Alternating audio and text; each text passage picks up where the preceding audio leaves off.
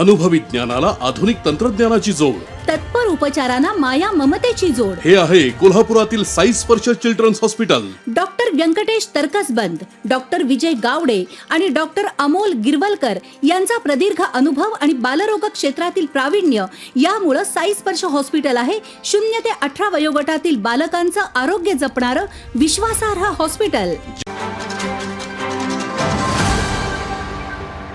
छात्रों की गूंज या माध्यमातून विरोधी पक्षनेते राहुल गांधींनी या देशभरामध्ये विद्यार्थ्यांचा आवाज बनून नीट आणि वेगवेगळ्या परीक्षेतले केंद्र शासनाचे घोटाळे पुढे आणण्याचं काम त्या ठिकाणी केलेलं आहे.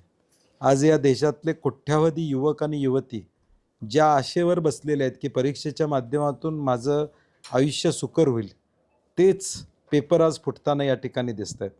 या देशामध्ये 2014 पासून जवळजवळ 152 पेपर हे लीक झालेले आहेत आणि म्हणून याच्या विरुद्ध या ठिकाणी भूमिका घेण्याचं काम काँग्रेस पक्षाच्या वतीनं आम्ही त्या ठिकाणी करत आहोत.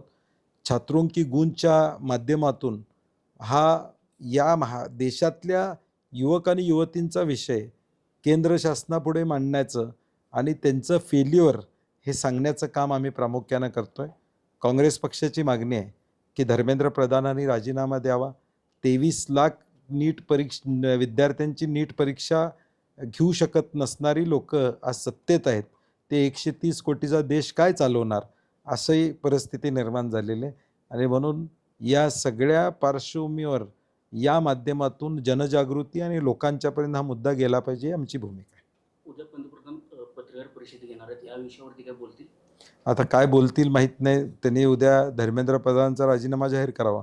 ताज्या घडामोडी पाहण्यासाठी माझा महाराष्ट्र न्यूजला आजच सबस्क्राईब करा.